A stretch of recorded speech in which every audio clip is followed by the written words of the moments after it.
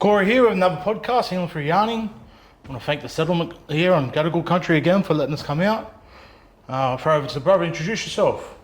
Yep. My name is Malcom Lynch from Tiwi Island, so north of Darwin. Have been living on Gadigal country and Wongal country for the past probably 15 years or so.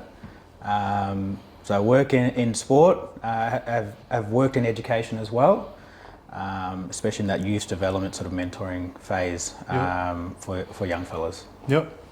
So yeah, Tiwi Islands, how was that growing up there, bros?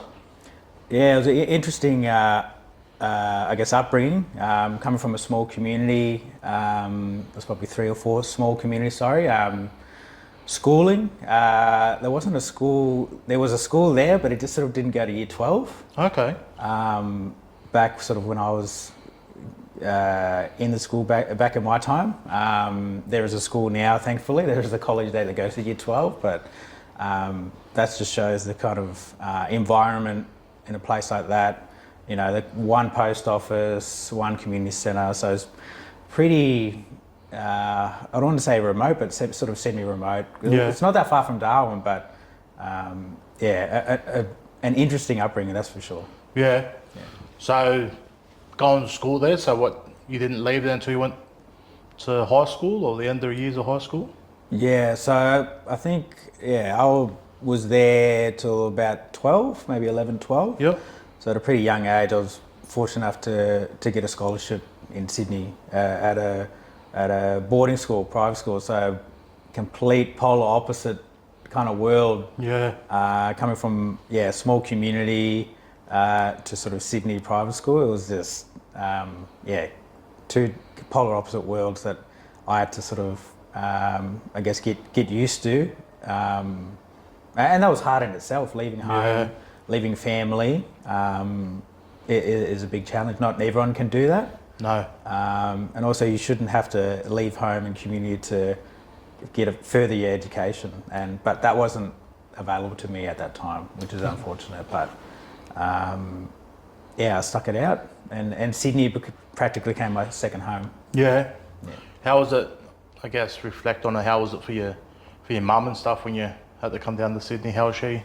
Yeah, it was very hard. I think, mum and just family in general. I think just leaving everyone was a sort of challenging circumstance. But at the same time, it was also, I had to look at it as from opportunity perspective of like, is this going to sort of benefit not only me but my family, my community? We can sort of, family, community are always going to be there.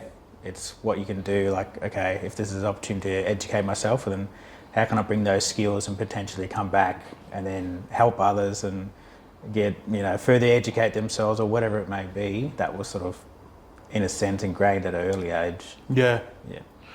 So, not far from Darwin, but as you said, semi-remote. So, I guess access to not only education, but other means of just what we see is necessary in life, especially living in Sydney where everything's just at your fingertips. So what was the other big challenges for you there growing up? Like obviously having one shop, one shop. So for those that know what it's like living in remote areas and they do have one shop, a loaf of bread is something crazy like $10. It's like the cost of living. Obviously we can complain in Sydney at the moment, but at the same time, a lot of those remote communities, they deal with it on a daily basis, weekly basis. So if, a lot of the mob can't find work within the community, they are obviously dependent on that welfare. Yeah. And then it just becomes that cycle, and which is unfortunate for a lot of mob. We want to try and empower them and mob empower each other. It is hard, but my experience, seeing that was very hard. It made me realise the use of money. Yeah. Especially when you talk about money with mob, we don't really have that dinner time conversation with our families around how we use our money, how we sort of build that wealth. Because historically, we've been excluded for a long time, and probably to only recent time we can, we have access. We don't have any sort of restrictions, but you think historically we were sort of denied that economic empowerment, I guess. Yeah, and it's I say a lot of time when I work with young fellas is in our languages you go back to your communities and we've got made up words for money. There was no word for money for us because we shared everything. Yeah. Lived off the land, but what we did have we shared. There was no, I'm going to go out and get a feed and charge you a price when I get back for it. Yeah. So yeah, it's I think it's only 3 or 4 generations old of money. So yeah, those conversations that happen in other households that don't happen in for us. So do you get to get back home much? Back up? No, I've been meaning to. I'm thinking about going up to Christmas, but it is wet season, so we're real hot and humid. But I am hoping to get up maybe next dry season, so that's like June, July next year. Yeah. I definitely do miss it. Every now and then a show might come on.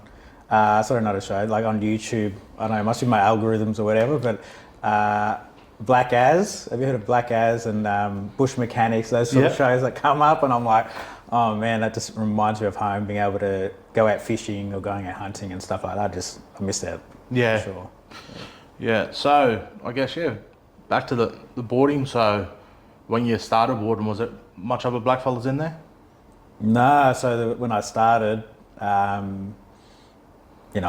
no one told me how to do a tie. I had to wear a tie. It was like a new, like, what? Yeah. I only seen it on movies and stuff. I'm like, how am I going to do it? They're going to judge me. And then I just taught myself. Or someone would have taught me, and I just taught myself as well and learnt that. But there was only 2 other fellas in that whole school. There was no one in my year.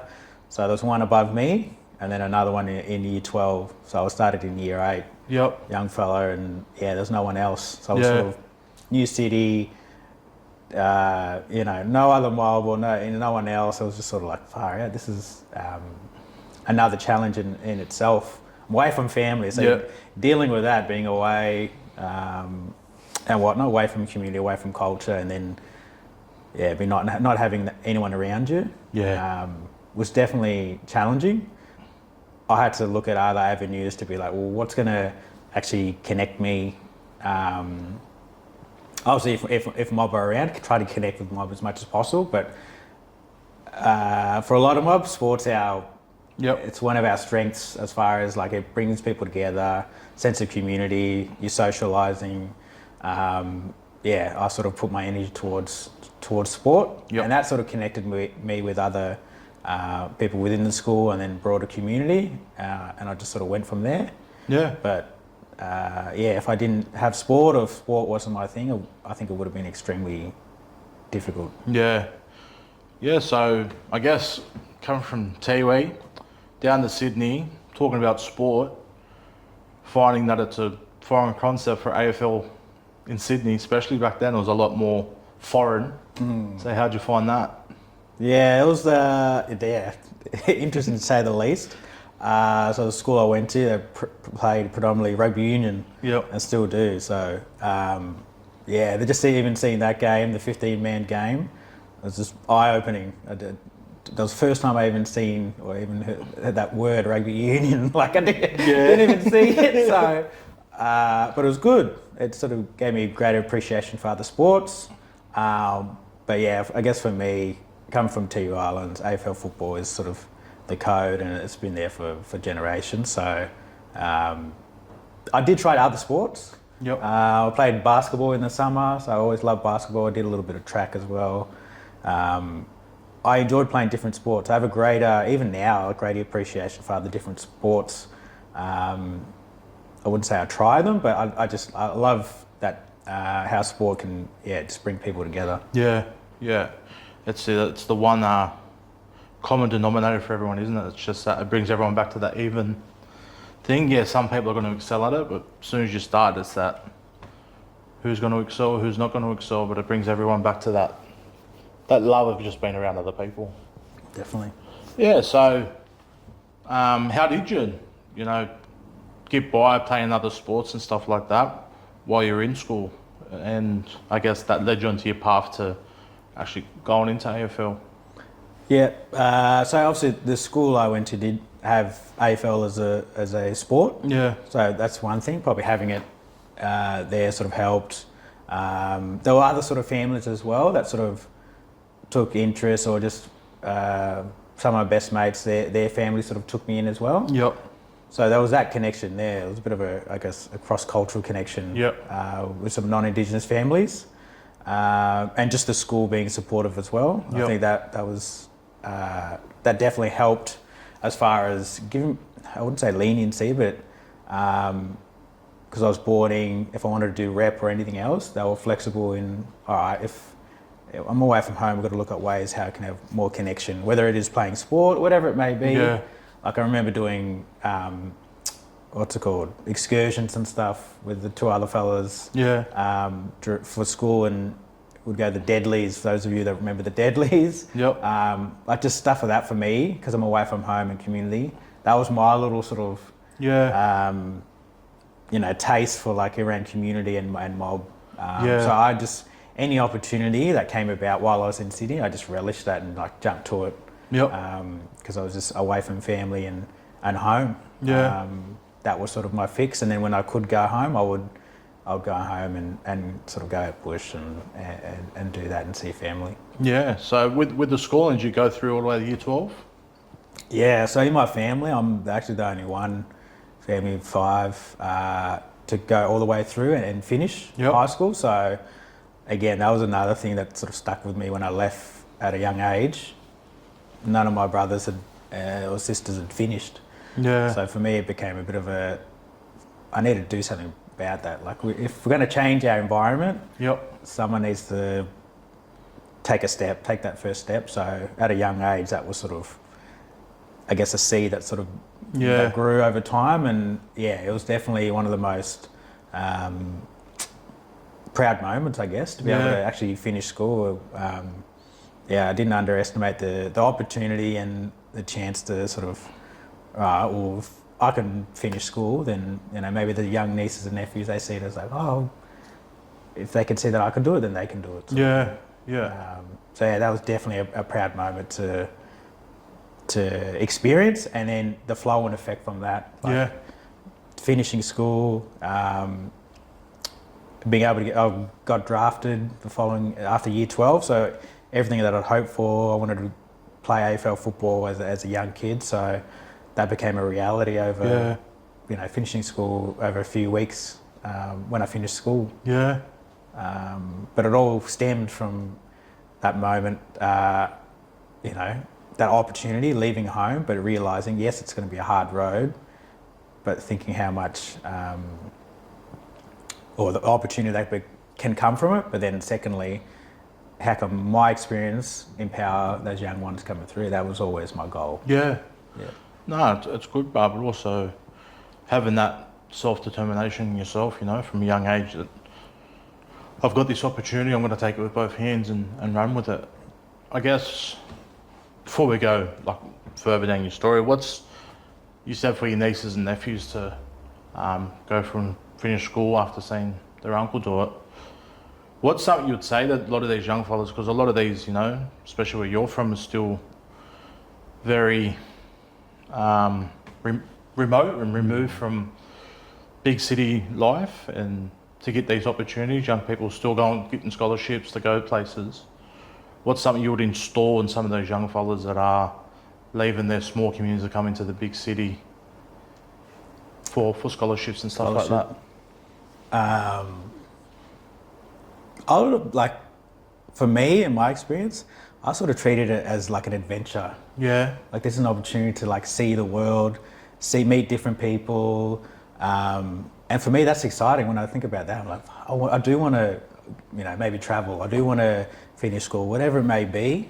You know what they say, time is the most expensive thing you can spend in this lifetime. So when young ones, hopefully, if they do get that understanding of your time is very limited on this earth. So when you realise that, it's like, I can't just sit around, or I can't sort of whinge and complain the environment if you're not going to do something about it. Yeah. What you're not changing, you're choosing, they say. Yeah. So for me, that stuck real deep again at a young age. But yeah, I had to make that first step. Yeah.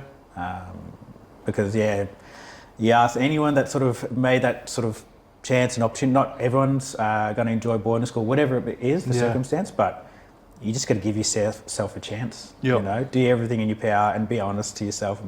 Did I do everything? You know deep down whether you've given yourself the best chance or not. Yep.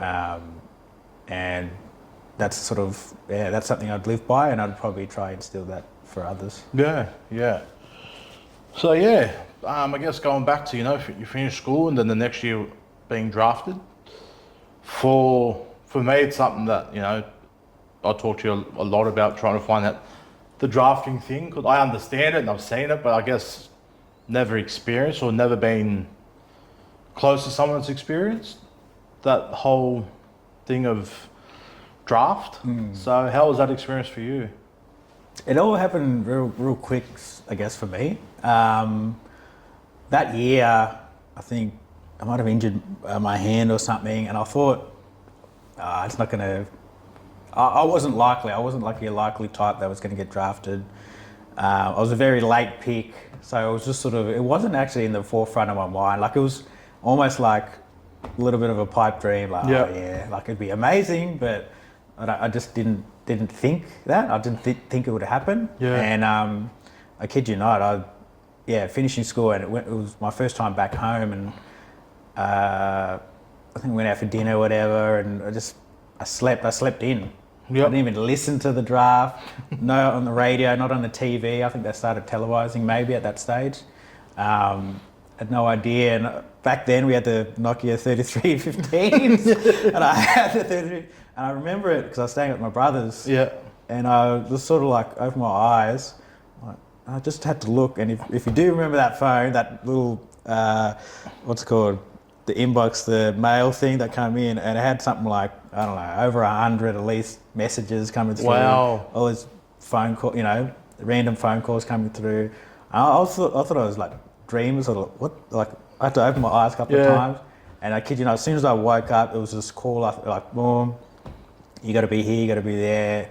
Like, ran to my brother's room, I didn't care, just kicked the door open. He was there, like, what's going on? He was thinking something's wrong. Yeah.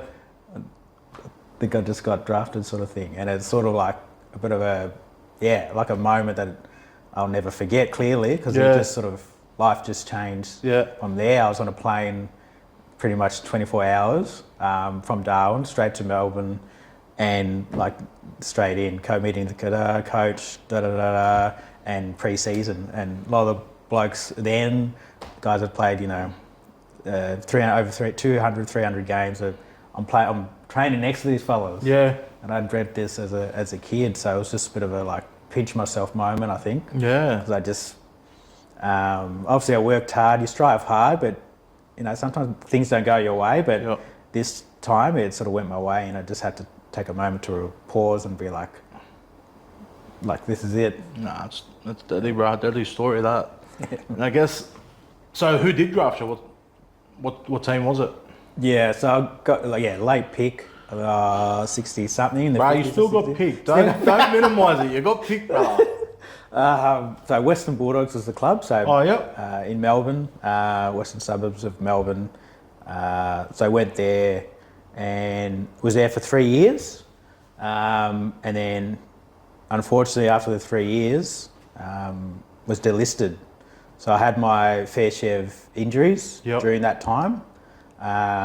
Which is unfortunate. No one gives you that talk, I think, in any sort of, footy code, top level, of the whole injuries and just dealing with that, especially for mob, I think. You just sort of, you come in, it's all sort of bright lights, but when those bright lights sort of fade, you sort of really got to have a bit of resolve about yourself and build that resilience up. Yep.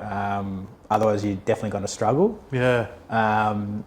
Luckily, there was other mob there as well, like other players that probably helped during that time. But my time was over pretty quick, which is unfortunate. But at the same time, I wouldn't change it in a way.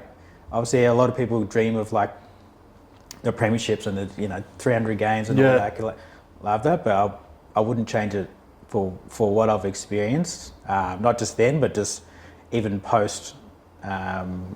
Career and working and seeing the world and and things like that, I wouldn't change it.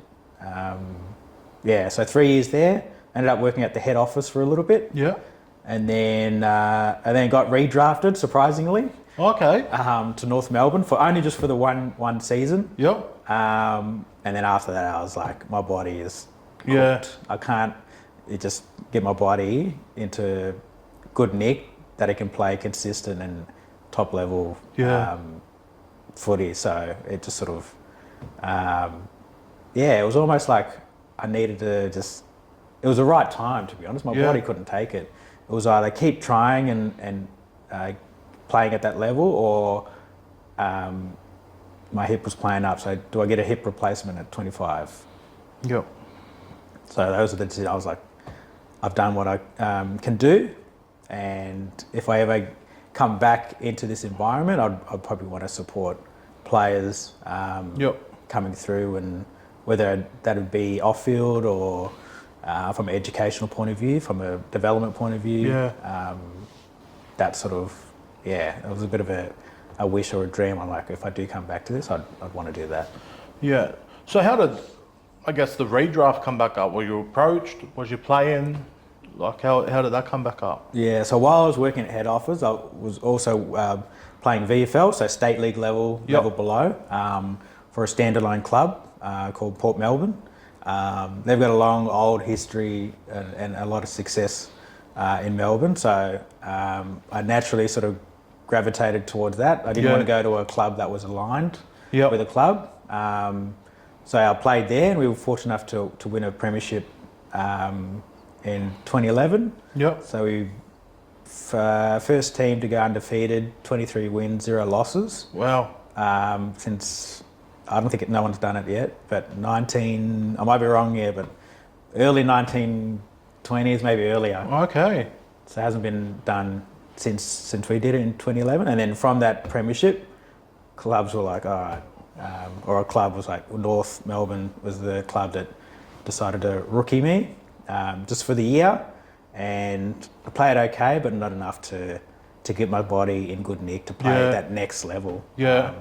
But it was just good for me just to see it at a different club, just to like, is it the same? Is it different? It was a good experience to see it at a different club, I reckon. So when you were at the Western Bulldogs, how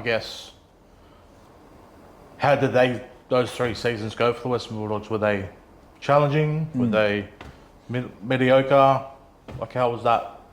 I think definitely the injuries and trying to get my body into good nick and just the rehab process. Like, I probably spent more time in rehab than I did on the field. Yep.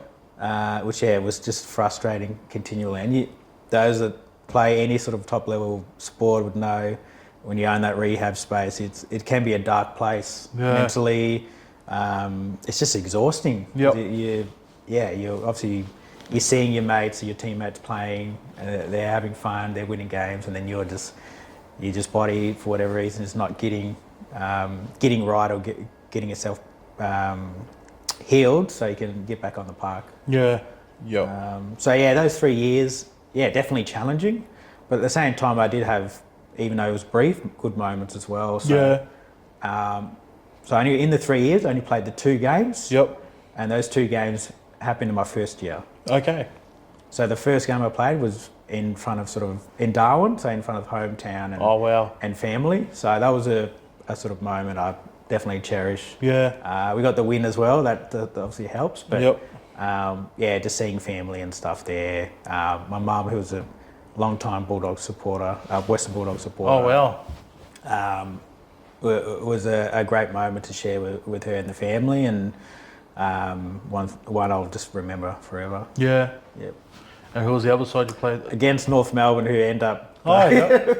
We lost that game, but I played on the MCG. So wow. To be able to play in the MCG, those who know or have experienced that, any sport, it's just best stadium in the world. It's just an experience, definitely. Obviously, watching a sport, but if you get an opportunity to play on it, it's just magical. Yeah. Yeah. No, it would have been. No, it's deadly, bro. So, and then working for those couple of years, and then I guess playing part time, or When you're working at head office, what type of work was you doing? Yeah, so I was working in sort of community space, a lot of the Indigenous programs at Yep. head office. So one of the programs actually I was involved in when I was in high school, AFL Indigenous program, a national program that got the opportunity to go to South Africa.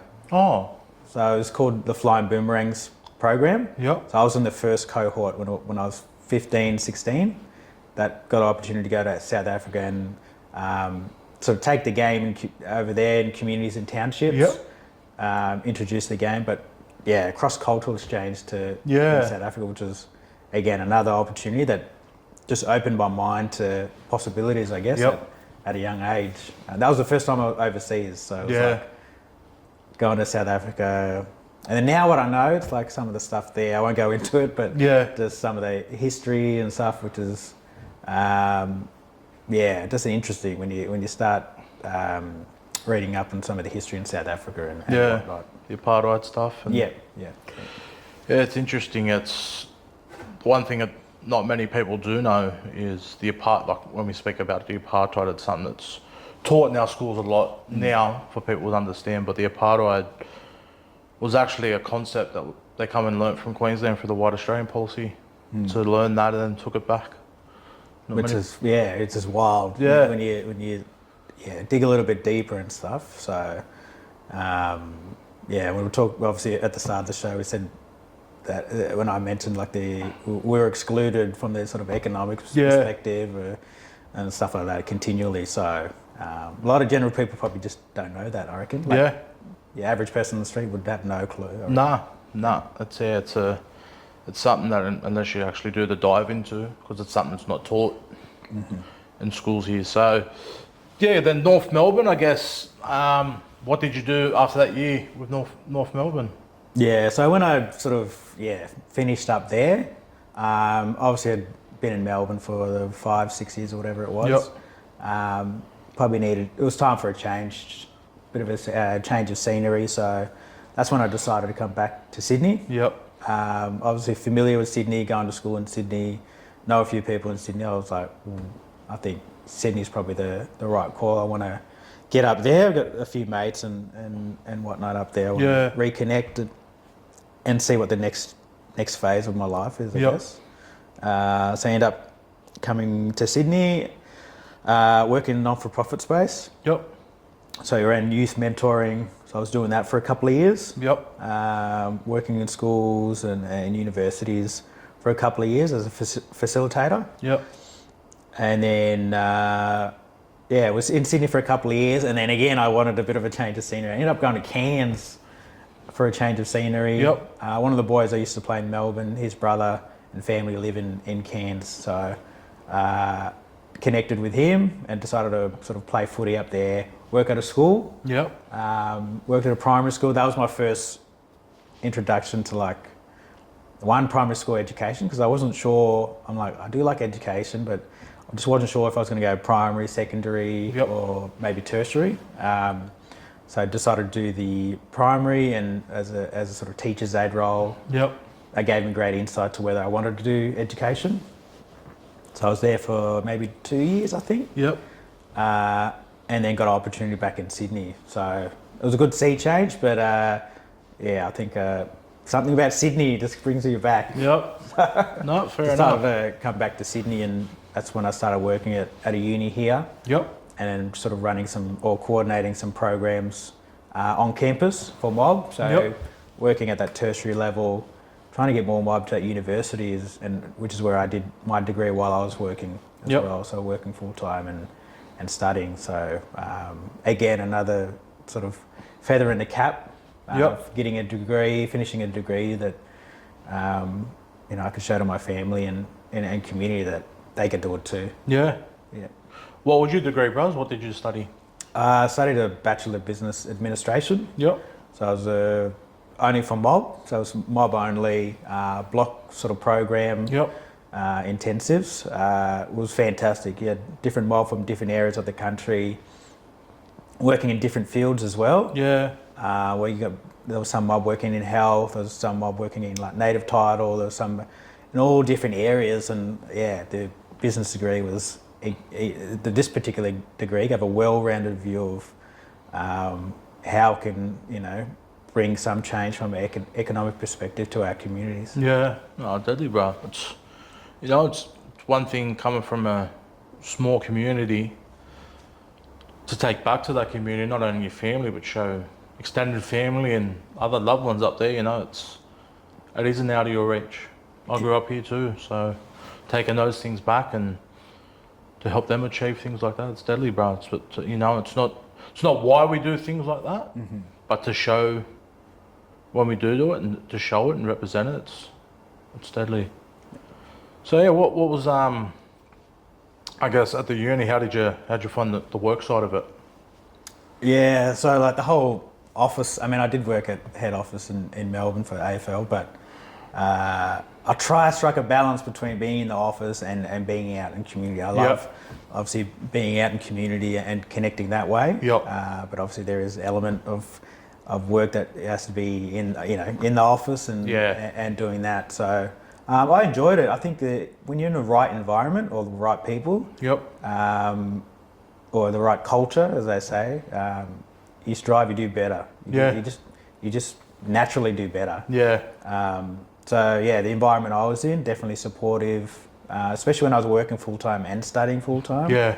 Some people it can be hard and challenging in itself. So having the right support there, I definitely wouldn't have completed it if I didn't have the right colleagues and support there to finish the degree for sure. Yeah. How long did you work there after you finished your degree? So I worked there for 4 or 5 years, and then did the degree in my second year while working. So I did that, for 3 years, and then at the end of it, I was around that sort of COVID time. So that, not to bring that up, I know everyone doesn't want to talk about that, but it was around that time where I was stuck in the house. So in my last year, I put all my energy into it. In a way, it was good for me, to say, but put all my energy into that last final year to finish the degree. Again, another opportunity to sort of better myself. It's one of those things with COVID years. It's strange time. Very strange times. To I guess have that opportunity to use it in a great way of, well, I'm at home, I might as well just get right into my studies and knock it over. So I guess during COVID times, universities kind of went into a standstill.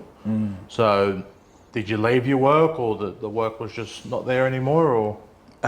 Interesting to bring this up, because obviously lately across the board across the country, a lot of unis are just cutting jobs left, right, centre. So that was definitely everyone was definitely, I felt edgy during that time. So that was on top of trying to study as well. So when you think about that, you're like, what do you do? What do you even do? The government brought in if you didn't have the subsidy thing. There was a couple of things, but come on, no one wants to deal with that. So it was just sort of full stop, strange time. Everyone was on edge. But yeah, we got through it. We got through it. We're going to get through it one way or another. But it was probably a brief moment where everyone sort of, looking over the shoulder, like, far out. Is this, I might get the tap on the shoulder. You're gone. That job security. Oh man, it was an interesting time, to say the least. So you're lucky enough to get through COVID and keep your job? 100%, got through it. Through it. And then obviously, finished the degree. So very grateful to actually have a job during that time, because I know a lot of people out there were struggling, families struggling. A lot of people couldn't even put food on the table, let alone having access to food. The whole shopping and everyone, what do they call it? Panic buying. Oh, the panic buying, toilet paper. That was strange. That was strange. All that toilet paper stuff. It was. Those couple of years were, definitely a strange time for everybody. But we got through it. I got through it, and here we are. So when you done your degree and I guess finished up with the uni, what was the catalyst to, I guess, finish up with the uni but look for something new? By the end of my degree, you sort of start to think like, oh, you're learning all this stuff. I'm like, where can I put all this knowledge, all this energy and your passion into? Yep. And yeah, deep down, back to what I was saying earlier, there was always like a bit of a flicker, a light flicker as far as like, oh, maybe I want to go back into sport. Yep. It was sort of, I love sport. I love sports in general. Yep. There was always that deep sort of burn of like, maybe I'd find a sort of a role in sport. What could that look like? You sort of ask those questions, and probably a year out before finishing my degree. Yep. So I was already thinking this, and I definitely want to get back into it if I can, like something, a sort of support role. And an old teammate of mine actually gave me a call. Yep. And he works at the Giants, GWS Giants, and he said, "This could be this potential job opportunity if you're interested." Yep. It's a player sort of support role, welfare role, off-field role where you're supporting sort of players if you're interested. I had one more year left, so I told him like, I can't take it now, but if this job is still available and you think I'm the right person for the role, then hold off. I just want to complete this because it's something it's on my bucket list of things that I'll need. I just need to do this sort of thing because I probably won't get this opportunity or whatever. I'm nearly there. And he's like, yep, no worries. And yeah, come graduation time, which is again another moment where I could share with family. Probably a few days later, phone call. He's like, "Are you still interested for that job?" And I truly believe like if you're passionate about something and you put the time and effort in, things can happen. Yeah. And I very fortunate enough to again have the role was still there. And it was vacant, and I took a role at the Giants. Nice. Which you're still in today, so you must know what you're doing a little bit. So. Well, yeah, I mean the experience. I hope so, but I think the experience, working in education, experience in the game, as well. Obviously, the opportunities that were afforded to me, and I guess in my position, I'm fortunate enough. Again, you'd think having someone like who's played 300 games. I'm not about that. I'm the kind of person that's like, I was just only in the system for a couple of years. Yep. I was done. I was out the door. So that's a perspective piece for a lot of young players to come in to be like, again, back to that time piece. If you don't use your time wisely, this opportunity is done and dusted. So I guess I try sort of, not encourage that, but just sort of put that in front of me, be like, make the most of your time. Before you know it, you could get an injury, or you could get traded now. You could get all these other aspects that out of your control. You need to be prepared and aware of, because life can change very quickly. Yeah, I guess it's your journey with that, like having your injuries and being in those dark places like you touched on, gives you a great insight to have those conversations with some of those young fellas that have been drafted, or some young fellas that have been traded 2 years as well, that are on the fringe and not sure of what's next. So I guess having that understanding of actually know where your head is at the moment, like. Yeah, 100%. And not just, for me, it's not even just the player, like that's only one aspect of the player.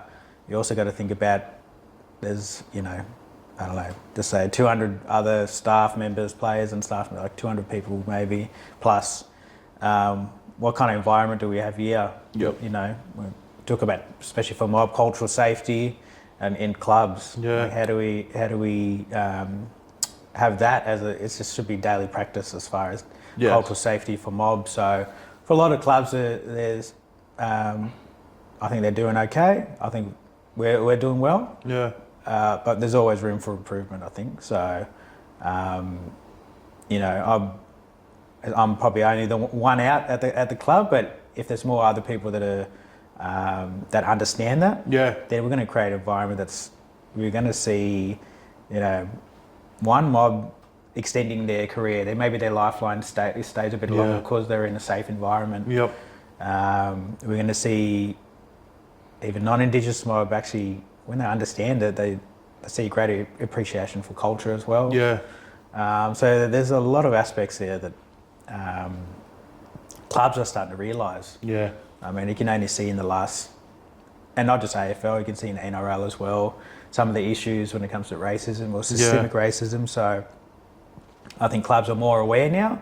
There's still a bit more work, no doubt. But yeah, I guess for me, that's an opportunity, not just for me, but just the club in general and the league to get better at. Yeah. Otherwise, we're going to see more moments, unfortunately, negative moments. Like obviously, years ago we had the Goods, Nicky Winmar, who sort of had his moment in the 90s. Yep. Obviously, they're moments that should not be repeated, right? No. So we're 2025, stuff like that should never happen. So we need to create an environment that mob can be like, this is where I can see myself excel. This is where I can be the best version of myself. Yeah. And it's people hear it the way you speak about it. When, for me, just yarning with you about the stuff that you've been doing and want to do, there is a big passion behind it. Also, for yourself, not just only for for GWS, but the broader community stuff when you're talking around, suicide prevention stuff as well, that you've got a passion for as well. So how do you try and bring that into everyday life within working in GWS?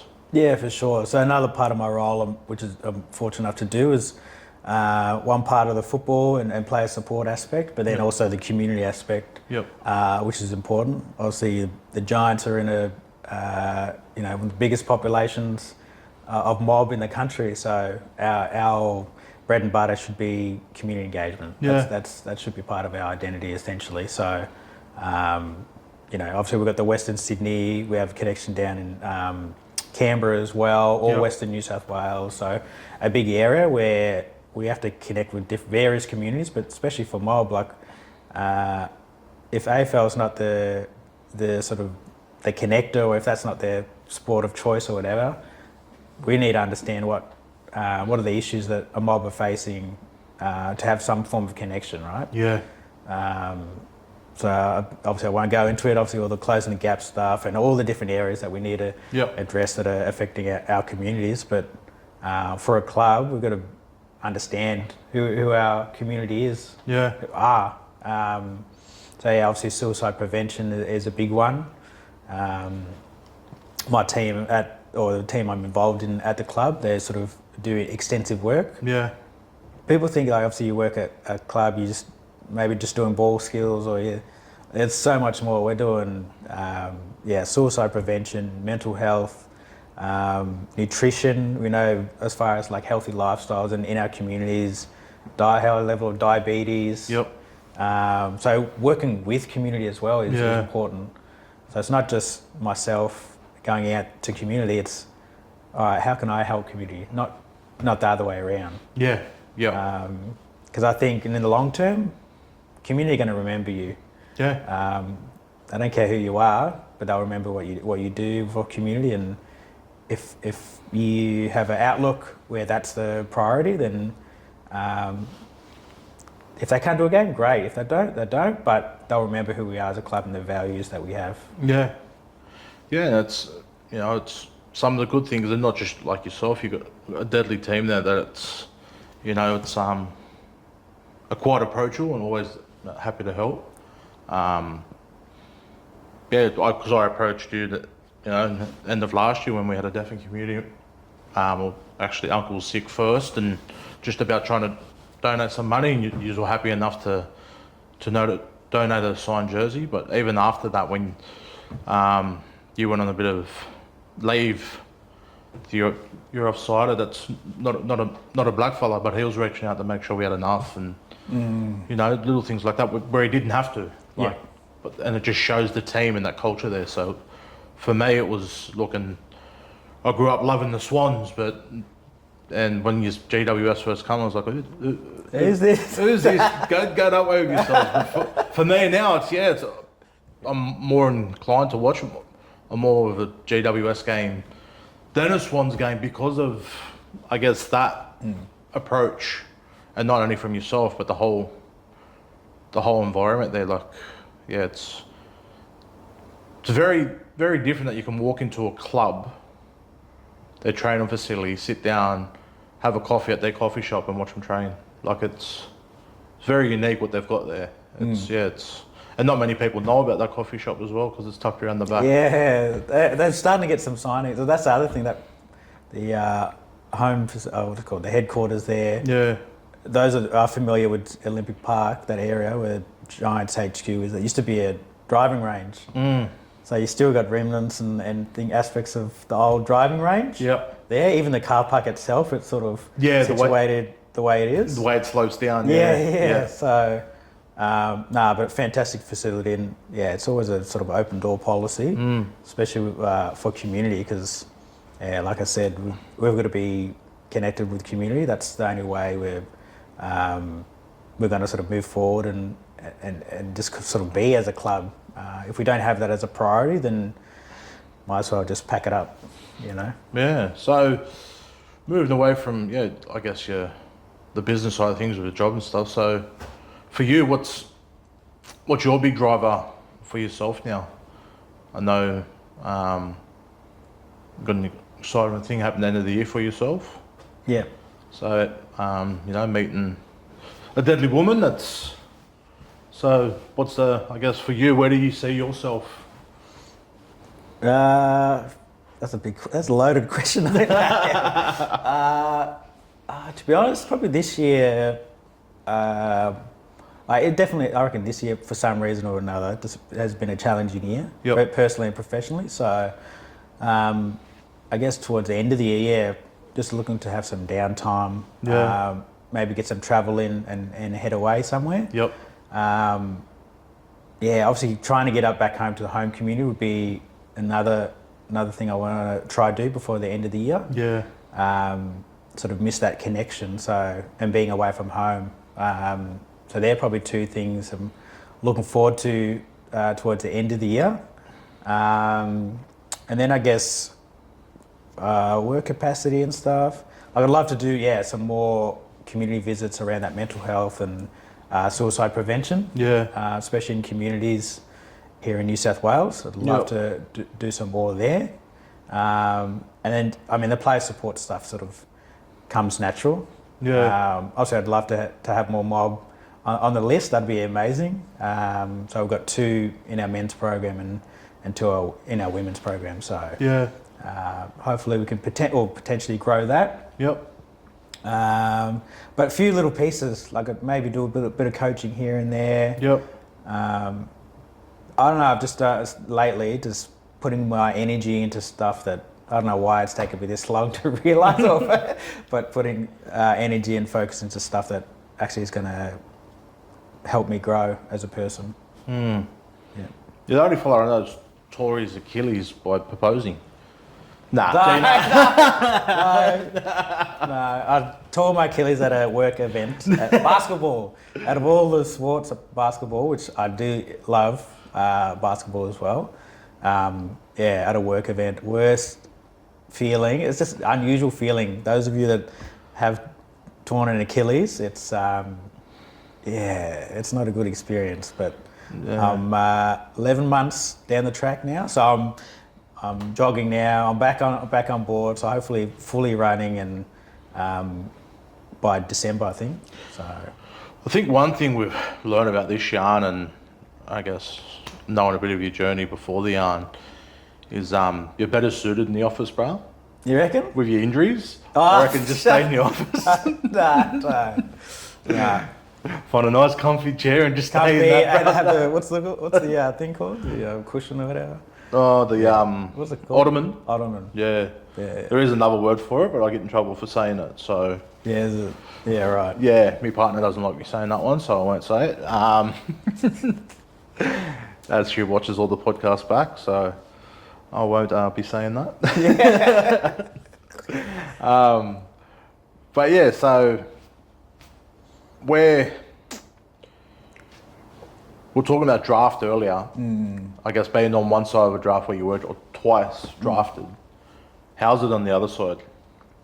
Getting delisted, getting cut. Now on the other side of looking at draftees. So it's only probably till recent, in bits drips and drabs of like there's potential players, but the recruiting team they're one of the best in the business, so they'll do their sort of job. It's only till they make that decision, and then on the day, if they need to inform me, they'll let me know. Yeah. Like especially if it's mob coming through, they'll be like, all right, potentially looking at so and so. Then I was all right. Then I'll know. Yep.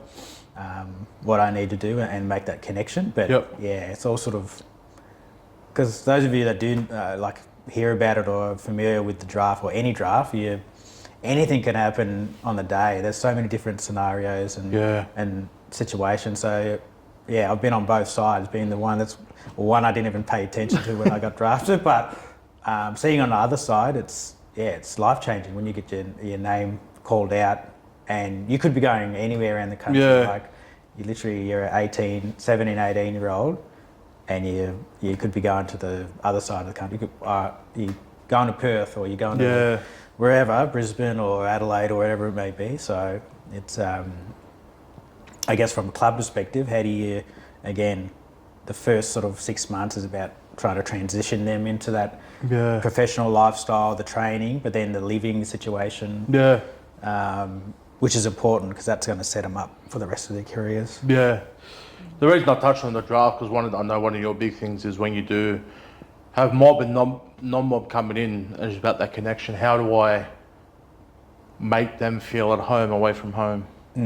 I know it's something that you try and install, doing that, and we've had conversations before. When you've had a bit more mob out there, I'm trying to engage them with different things in the community so they can engage with other blackfellas and stuff like that. So I know for you, it's something that you're always actively thinking about. How do I make connections for them here, and so they feel a little bit more at home and comfortable? Oh, 100%. Like any sort of events. Obviously, went to a recent event yesterday. Yep. In Redfern. Obviously, Yarvin. That's another thing. That's probably because they get drafted sort of November-ish. It's probably one of the first community events I'll probably attend to, or we encourage our first year players, but all the players in general to connect community if they're, whether they've connected with mob or not. That's a great opportunity to, I guess, connect themselves or familiarise themselves with Sydney and different community groups and so forth. So, because that's what I did. That's literally, when you think about when I came to Sydney, I had to make those connections and go to those certain events because that was sort of my, I wouldn't say fix, but like my way of like, all right. Because again, like if you don't have that connection, then you're not going to be playing well. Your health goes down the drain. You start, maybe you hang around the wrong people, whatever it may be, you start to just go away. You can sort of identify that pretty quickly, I think. Yeah. And I guess the final question is, bro, when it's all said and done, and you're off in the dream time, what do you want to be remembered for, my brother? There's someone who's kind. Definitely kind, caring.